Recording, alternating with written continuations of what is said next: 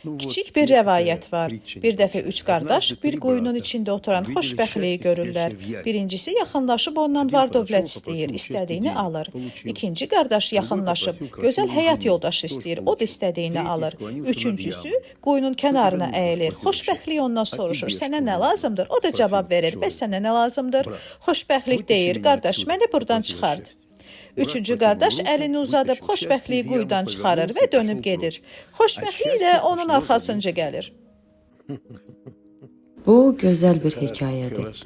Yaxşıdır. O zaman niyə xoşbəxtlik onun arxasınca gedir? O nə etdi axı belə? O heç nə istəmədi, əksinə yaxşılıq etdi, xoşbəxtliyə yardım etdi. Belə bir şərt var, xoşbəxtliyin arxandan gəlməsi üçün heç nə tələb etməmək, eləmi? Mən bilmirəm. Bunu ümumiləşdirmək olarmı? Yəni heç nə istəməmək və s. ümumiləşdirmək olmaz. Yəni xoşbəxtlikdən heç bir şey istəməmək, məsələn, bu hekayədə olduğu kimi. Sən müəyyən bir sektor əldə edirsən.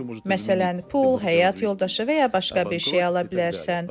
Ancaq sonra hər şey dəyişə bilər. Boşana bilərsən, müflis ola bilərsən və s. Amma sən xoşbəxtliyi başqasına vermək istədikdə, burada bir sir gizlənir. Biz həmişə bu haqda danışırıq, amma bu sirri necə aça bilərik, necə dərk edə bilərik? Mən təsəvvür edə bilmirəm ki, insanlara xoşbəxtlik paylamaq, onu ötürmək və yaxud onlardan almaq necə baş verə bilər? Bu, insanın özündən asılı deyil. Həqiqətən asılı deyil. Bəli, deyil. Bəs nədən asılıdır? Məncə bu tale ilə bağlıdır. Yəni sənə nə verilibsə elədir. Bəli. Sən də buna uyğun davranacaqsan, ya xoşbəxtliyi paylayacaqsan, ya da özün üçün tələb edəcəksən. Və əsas olan bununla barışmaqdır. Və bu əsas sualdır, elə deyilmi? Bəli. Yəni, mən dəyişə bilmərəm. Siz indi çox ciddi məsələ qaldırırsınız. Mən həqiqətənmi dəyişə bilmərəm? Demək olar ki, yox, dəyişə bilmirəm. Bəlkə yaradan bunu edə bilər, bəzən. Bizim ciddi xahişimizlə. Amma şəxsən mən özümü dəyişə bilmirəm. Lakin mən özümü olduğum kimi sevməmə vəziyyətinə gələ bilərəm. Yəni, mən nifrətdən danışmıram. Sadəcə özümü xoşbəxtliyi yalnız özüm üçün tələb edən bir insan kimi sevməməyi nəzərdə tuturam. Bu hala çata bilərəm? Buna çatmaq asan deyil, amma mümkündür. Bu başlanğıc nöqtə ola bilərmi? Mənə bir fürsət ver, necə deyərlər, xoşbəxtliyi paylaşmaq üçün və s. Belə bir şey, məsələn. Bunun üçün, Bu əlbəttə böyük bir sualdır. yəni sən insanlara xoşbəxtlik verəcəksən və öz üzərinə belə bir missiya götürəcəksən. Aydındır. Yəni xoşbəxtliyi sən deyil, başqa birisi paylayacaq. Bu da bədbəxtlik olacaq. Sizin sualınız var idi, nə üçün? Əgər mən egoistcəsinə yanaşsam, xoşbəxtlik mənə gəlsin deyə, mən başa düşürəm ki, xoşbəxtliyi paylamaq lazımdır. Belə bir düstur ola bilər? Xeyr, Bu yenə də mənə xoşbəxtlik ver adlanır. bəli, Belə çıxılmaz bir vəziyyət olur.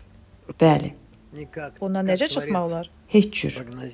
Necə ki, yaradan qabaqcadan görüb və qərar verib elə də olacaq. Xoşbəxtliyi axtarmaq lazımdırmı ya yox? Yoxsa bu da yaradanın əlindədir? Mən düşünmürəm ki, xoşbəxtliyi tapmaq mümkündür. Xoşbəxtliyi tapmaq mümkün deyil. Xoşbəxtliyi yaratmaq lazımdır. Yəni, özünü elə bir vəziyyətə gətirməlisən ki, dəqiq biləsən, onu necə üzə çıxarmağı məcbur edə bilərsən. O zaman sən bunu görəcəksən. Çox vacib bir sualım var o zaman. Siz xoşbəxtlik dedikdə nəyi nəzərdə tutursunuz? Xoşbəxtlik dedikdə mən insanın həyatının uğurlu olduğunu hiss etməsini nəzərdə tuturam. Bu hiss həyatın sonunda yaranır, yoxsa həyat boyu davam edir? Mən düzgün yaşayıram, həyatım uğurludur. Bu necə baş verir? Xeyr, xeyr, məncə bu hiss həyatın sonuna yaxın yaranır. Yəni, həyat boyu daim iş gedir, eləmi? Bəli. Belə çıxır ki, sizin fikrinizcə bizim həyatımız bu daimi bir işdir. Bəli, bu insanın öz həyatını yenidən qurmaq yollarını daim axtarmasıdır. Daha çox, həyatını elə qurmağa çalışır ki, o öz təsəvvür etdiyi xoşbəxtliyi gətirsin. Məsələn, insanları xoşbəxt etmək, yaxınlarını xoşbəxt etmək. Hər şey insanın təsəvvür etdiyi xoşbəxtlikdən ibarətdir, eləmi? Bəli, İndi dediyiniz birbaşa məndən çıxan bir istiqamətdir, başqalarını xoşbəxt etmək. bəli, Bununla mən də həyatımın mənasını tapıram, eləmi? Bəli. Mən də bu halda xoşbəxt oluram. Bu daimi bir işdir. Bəli, bu daimi bir işdir və bu iş heç vaxt dayana bilməz və insan nə edəcəyini dəqiq anlamalıdır. İnsan bunu həyata keçirə bilər və Bəli. Amma yolda xəyal qırıqları ola bilər. Yenidən qalxmaq lazımdır, elə deyilmi? Mən bilmirəm, xəyal qırıqlığı dərəcəsi nə qədər olacaq. Sadəcə insan öz yolunu təsəvvür etməlidir, sonra yol daha asan olacaq. yəni xoşbəxtliyin sənin arxanca getməsi üçün daim başqalarını xoşbəxt etmək üzərində işləmək lazımdır. Eləmi?